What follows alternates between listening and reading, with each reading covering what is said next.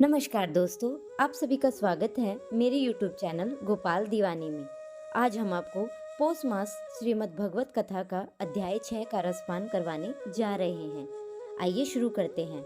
इससे पहले अगर आप मेरे चैनल पर नए हैं तो मेरे चैनल को सब्सक्राइब कर लीजिए ताकि अच्छी कथाओं के नोटिफिकेशन आपको समय समय पर मिलते रहें। आइए शुरू करते हैं।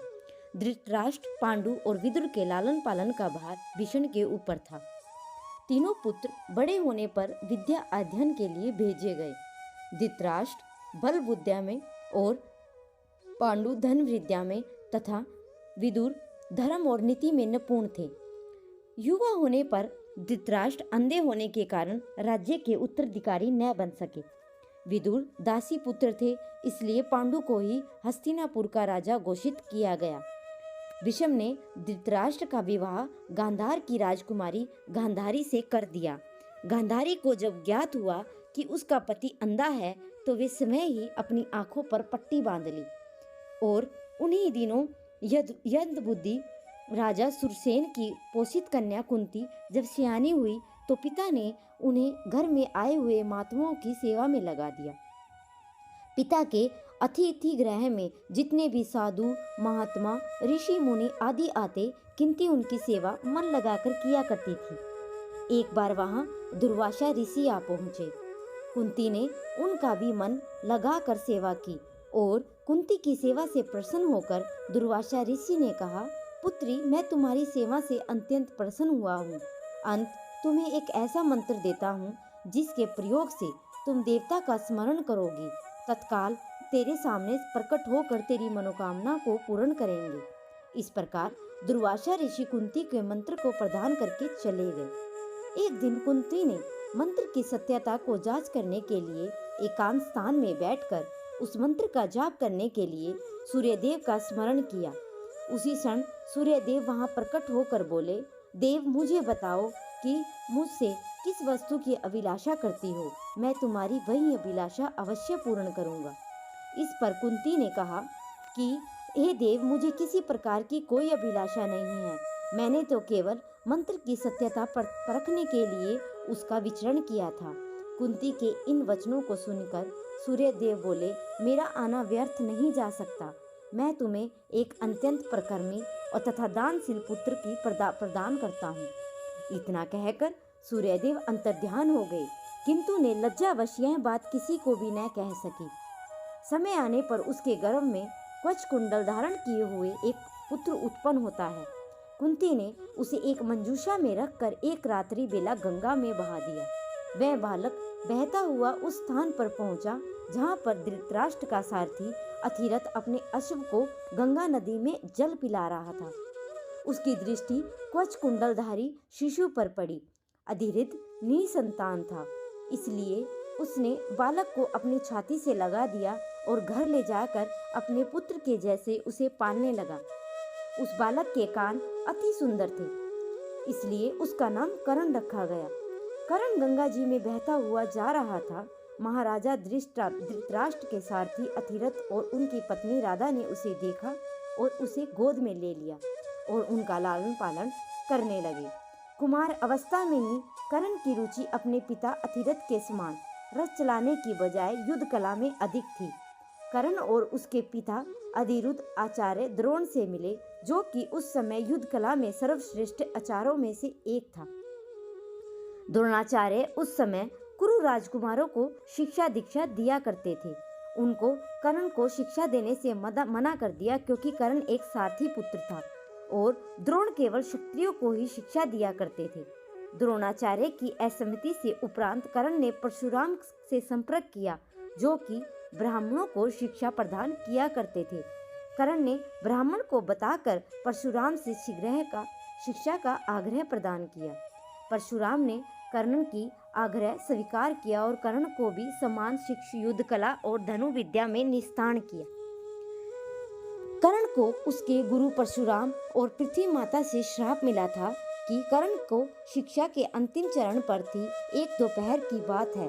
गुरु परशुराम कर्ण की जंघा पर शीश रखकर विश्राम कर रहे थे। कुछ देर बाद एक बिच्छू आया और दूसरी जगह पर काटकर घाव बनाने लगा। गुरु का विश्राम भंग न हो, इसलिए कर्ण बिच्छू को दूर न हटाकर उसी डंक को सहता रहा। कुछ देर बाद गुरु जी की निंद्रा टूटी और उन्होंने देखा कि कर्ण की जांघ से बहुत रक्त बह रहा है और कहा कि केवल किसी क्षत्रिय में ही इतनी सहनशीलता हो सकती है, वह बिच्छू डंक को सह ले, ना कि किसी ब्राह्मण में। और परशुराम ने उन्हें मिथ्या भाषण के कारण श्राप दिया था कि जब भी कर्ण को उनकी दी हुई शिक्षा का सर्वाधिक आवश्यकता होगी, उस दिन वह उनके काम नहीं आएगी। कर्ण, जो कि यह भी स्वयं नहीं जानता था कि वह किस वंश से है, उन्होंने अपने गुरु से क्षमा मांगी और कहा कि उनके स्थान पर यदि कोई और भी शिष्य होता तो भी वह यही करता। यद्यपि कर्ण को क्रोधवश श्राप देने से उन्हें ग्लानि हुई और वे अपना श्राप वापस नहीं ले सकते थे। जब उन्होंने कर्ण को अपनी विजया नामक धनुष प्रदान किया और उन्हें आशीर्वाद दिया कि उसे वह वस्तु मिलेगी जो वह सर्वाधिक चाहता है, अमिट प्रसिद्धि। कुछ लोक कथाओं में माना जाता है कि बिच्छू के रूप में वे स्वयं इंद्रदेव थे, जो कि वास्तविकता क्षत्रिय पहचान को उजागर करना चाहते थे। परशुराम जी के आश्रम में जाने के पश्चात कर्ण कुछ समय तक भटकता रहा। इस दौरान वह शब्द वेदी विद्या सीख रहा था। अभ्यास के दौरान एक गाय के बछड़े को कोई वनोई पशु समझ लिया था और शब्द वेदी बाण चला दिया और वह बछड़ा मारा गया। तब उस गाय के स्वामी ब्राह्मण ने कर्ण को श्राप दिया कि जिस प्रकार उसने एक असहाय पशु को मारा है, वैसे ही एक दिन वह भी मारा जाएगा जब वह सबसे अधिक असहाय होगा, जब उसका सारा ध्यान अपने शत्रु से कहीं अलग किसी काम पर होगा। इस प्रकार कर्ण और परशुराम एक अत्यंत परिश्रमी और निपुण शिष्य बना। कर्ण दुर्योधन के आश्रय में रहता था। गुरु द्रोणाचार्य ने अपनी शिष्याओं की शिक्षा पूरी होने पर हस्तिनापुर में एक रंगभूमि का आयोजन किया और रंगभूमि में अर्जुन विशेष अनुविद्या युक्त शिष्य प्रमाणित हुआ।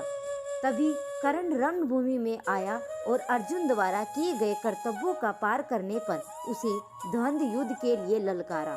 तब कृपाचार्य ने कर्ण के द्वंद्व युद्ध को अस्वीकृति कर कहा उसके वंश और साम्राज्य के विषय में पूछा, क्योंकि द्वंद्व युद्ध के नियमों के अनुसार केवल एक राजकुमार ही अर्जुन को हस्तिनापुर का राजकुमार था।